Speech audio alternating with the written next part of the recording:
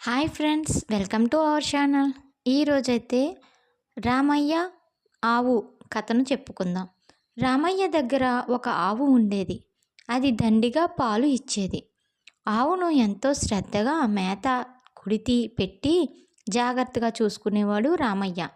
అంతేకాకుండా ఆవును దైవస్వరూపంగా భావించి ప్రతి శుక్రవారము పసుపు కుంకుమ పెట్టి హారతి ఇచ్చేవాడు. ఆవు కొన్నాళ్లకు దూడని ఈనింది. రామయ్య ఎంతగానో సంతోషించాడు. పాల దిగుబడి కూడా బాగా మరింతగా పెరిగింది. కానీ ఒకరోజు ఆ ఆవు తప్పిపోయింది. ఎంత వెతికినా దొరకలేదు. రామయ్య చాలా విచారించాడు. దూడ కూడా తల్లి కోసం దిగులు పడింది. దాంతో రామయ్యకు ఒక ఉపాయం ఆలోచించాడు. నా ఆవు తప్పిపోయింది, దాన్ని తెచ్చి ఇచ్చిన వాళ్లకు దూడను కూడా ఇచ్చేస్తాను అని దండోరా వేయించాడు.